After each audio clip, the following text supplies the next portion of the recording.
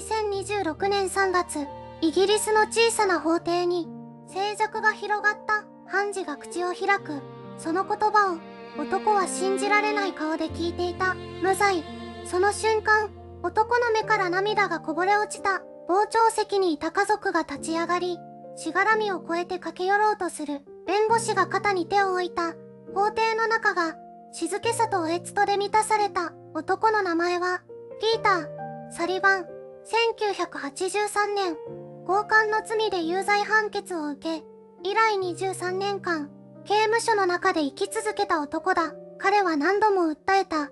自分はやっていない。と、しかし誰も聞かなかった。証拠があった。証言があった。裁判所はそれを信じた。だが、その証言は嘘だった。同じ刑務所に収容されていた別の受刑者が、法廷で彼に不利な証言をしていた。その男がなぜそんなことをしたのか。理由は単純だった。自分が抱える別の事件の刑を軽くしてもらうために、検察と取引をしていたのだ。一人の人間の人生が、取引の道具として使われた。23年という歳月は、ただの数字ではない。20代の青春が消えた。30代も、40代も、格子の向こうで過ぎていった。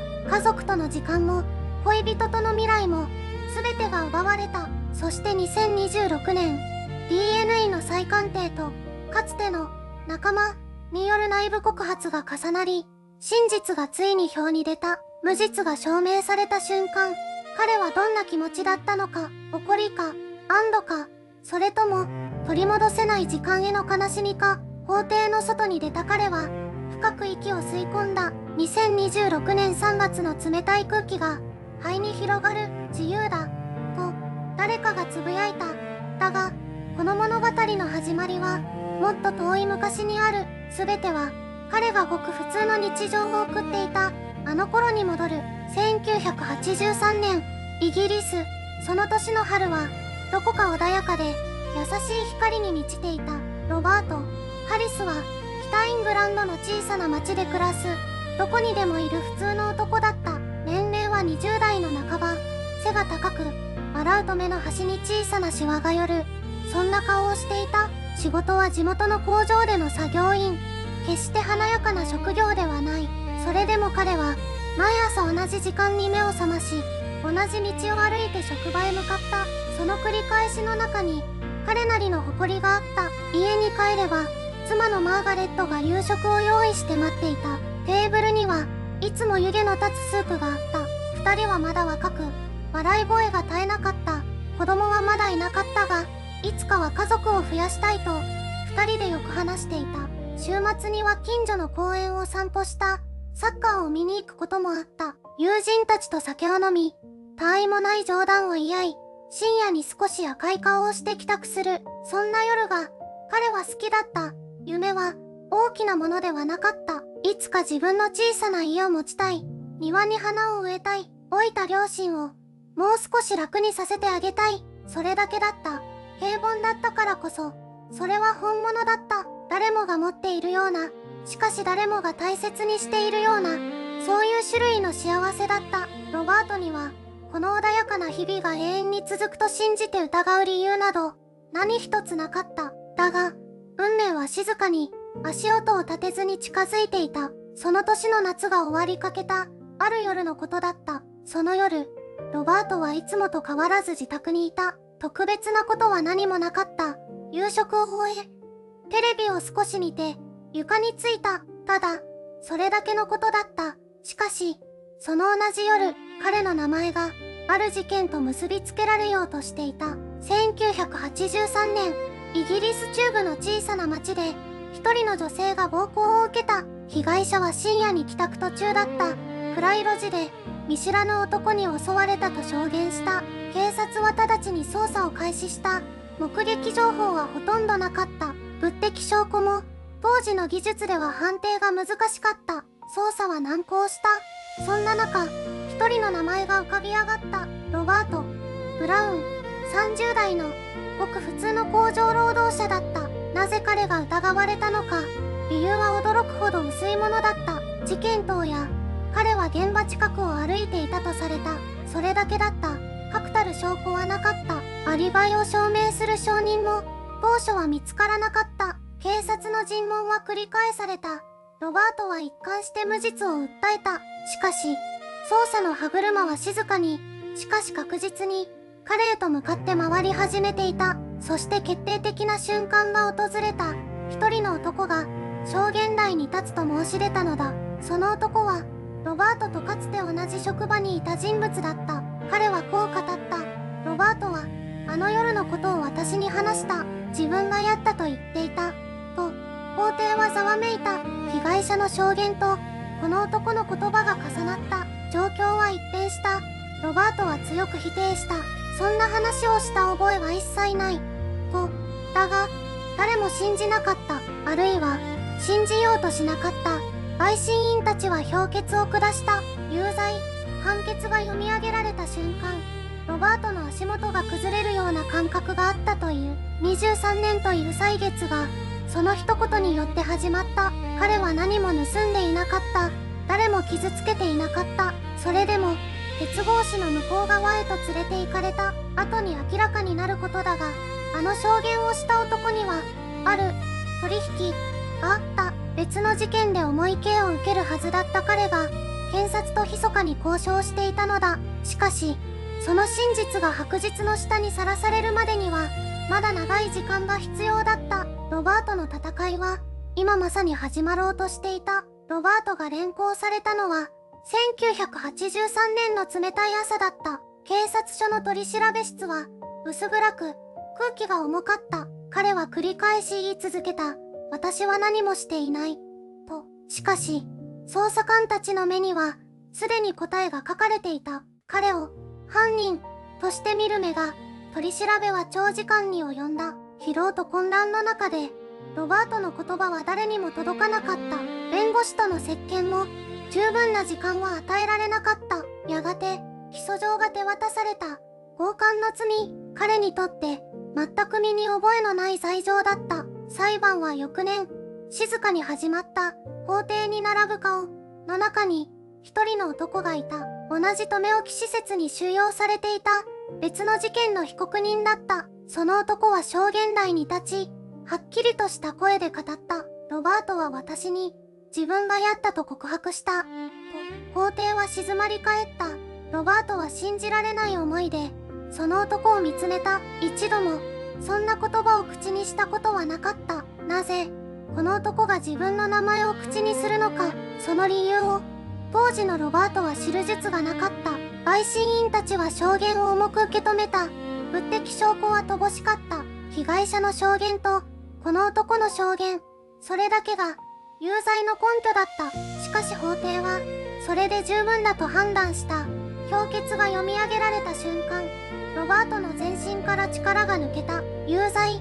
その一言が、彼の人生を根本から断ち切った。23年という歳月が、その日から始まった後に判明することだが、証言台に立ったあの男には、密かな取引があった。別の重大事件で長期刑を受けるはずだったところ、検察との交渉によって刑期を大幅に軽減してもらう約束を取り付けていたのだ。つまり彼の証言は、真実ではなかった。自分の罪を軽くするための、計算された嘘だった。だが、その事実が明らかになるには、あまりにも長い時間が必要だった。鉄格子の向こうで、ロバートの孤独な日々が始まろうとしていた。鉄格子が閉まった。その音は、まるで世界が終わる音のようだった。1983年、ロバートは、自分が犯してもいない罪の代償を、今まさに支払い始めた。牢の中は薄暗く、冷たく、そして狭かった。外の空気がどんな匂いだったか、すぐに忘れていった。最初の夜、彼は眠れなかった。当然だった。無実の人間が、安らかに眠れるはずがない。天井を見つめながら、ただ何度も同じ問いを繰り返した。なぜ、自分なのか、誰が、嘘をついたのか、そして、誰が自分を信じてくれるのか。答えは、どこからも来なかった。IMG、薄暗い独房、天井を見上げる男の後ろ姿。刑務所の中での生活は、残酷なほど単調だった。毎朝決まった時間に起き、決まった食事をとり、決まった時間に房へ戻る。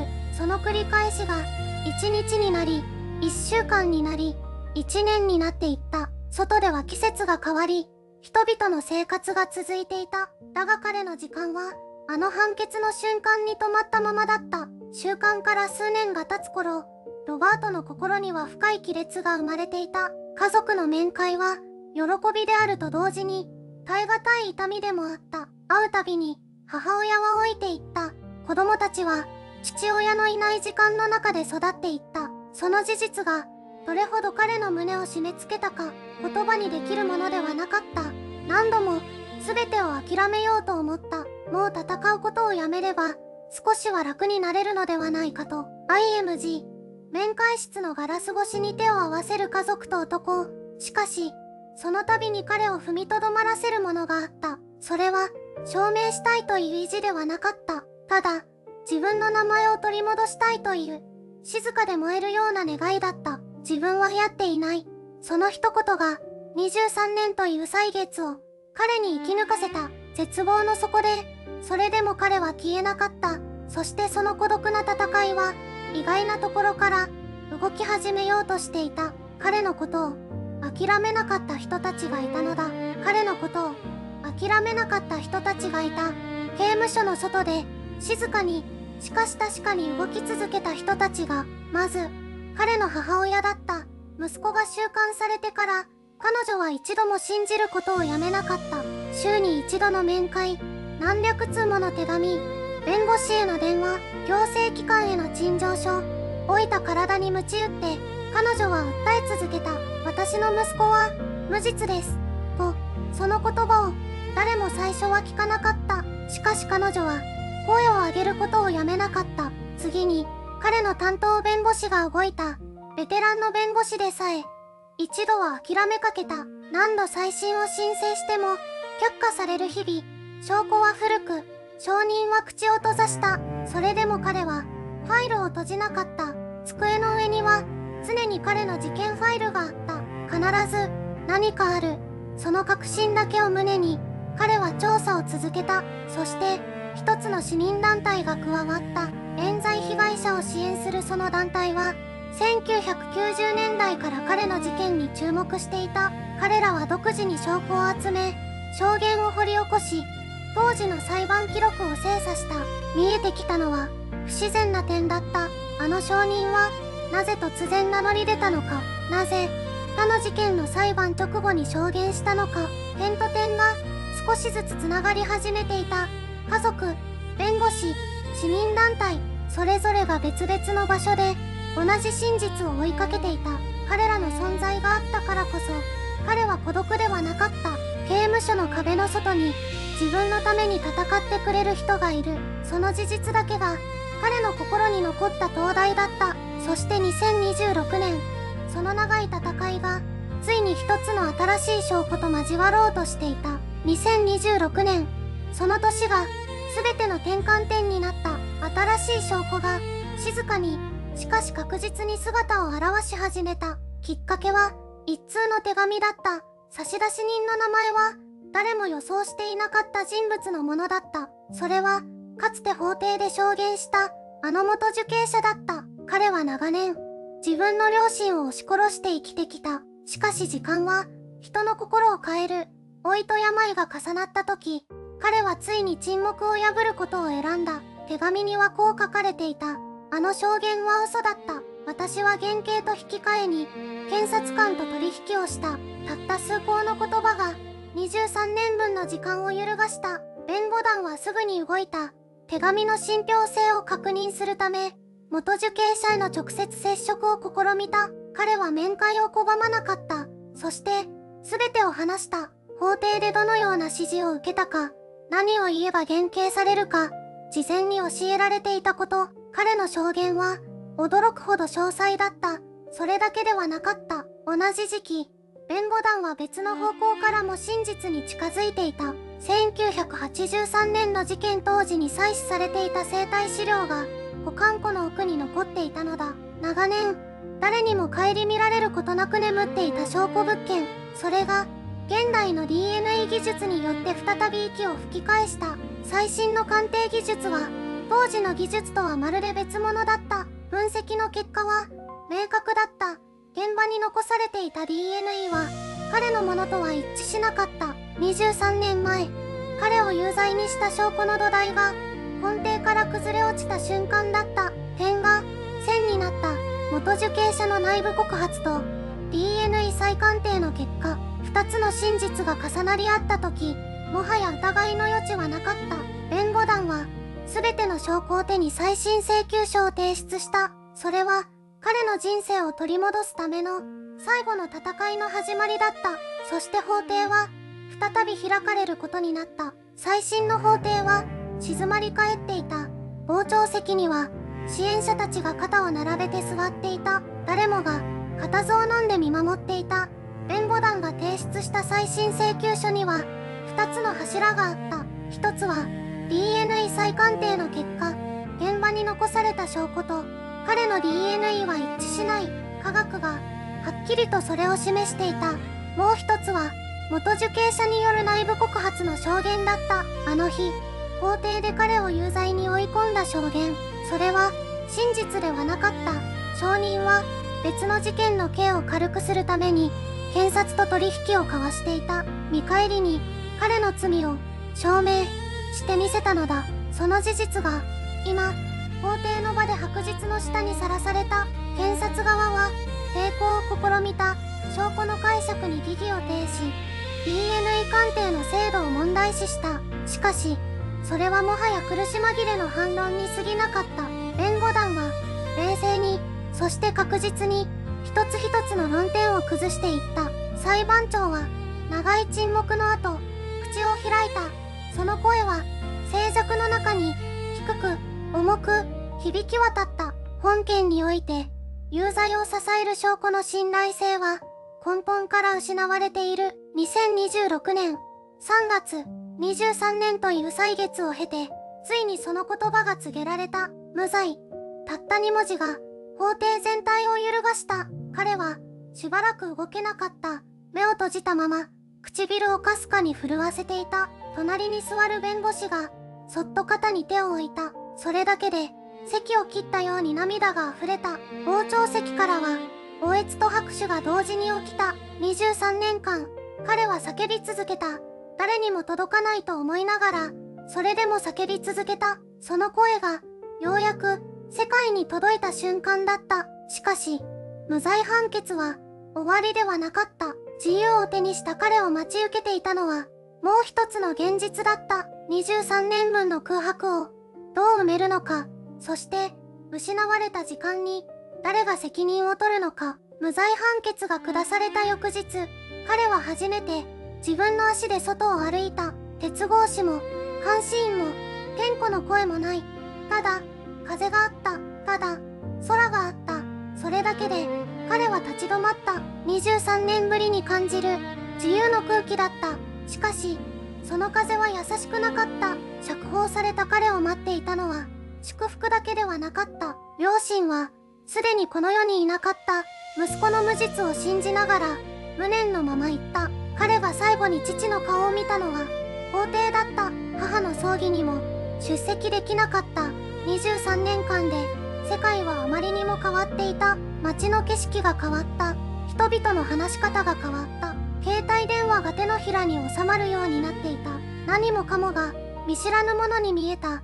彼は慣れた場所に戻ることができなかった。なぜなら慣れた場所そのものがもう存在しなかったからだ。英国政府は彼に対して損害賠償の手続きを開始した。しかし金銭が何を取り戻せるというのか。失われた青春は戻らない。亡くなった両親も戻らない。刻み込まれたトラウマも書き換えられない。彼は2026年のインタビューで静かにこう語った。無罪になっても心の中の監獄はまだそこにある。と夜になると今でも夢を見る。冷たいコンクリートの床、消えない蛍光灯の光、叫んでも誰にも届かない声。目を覚ますたびに自分が今どこにいるのかを確認しなければならない。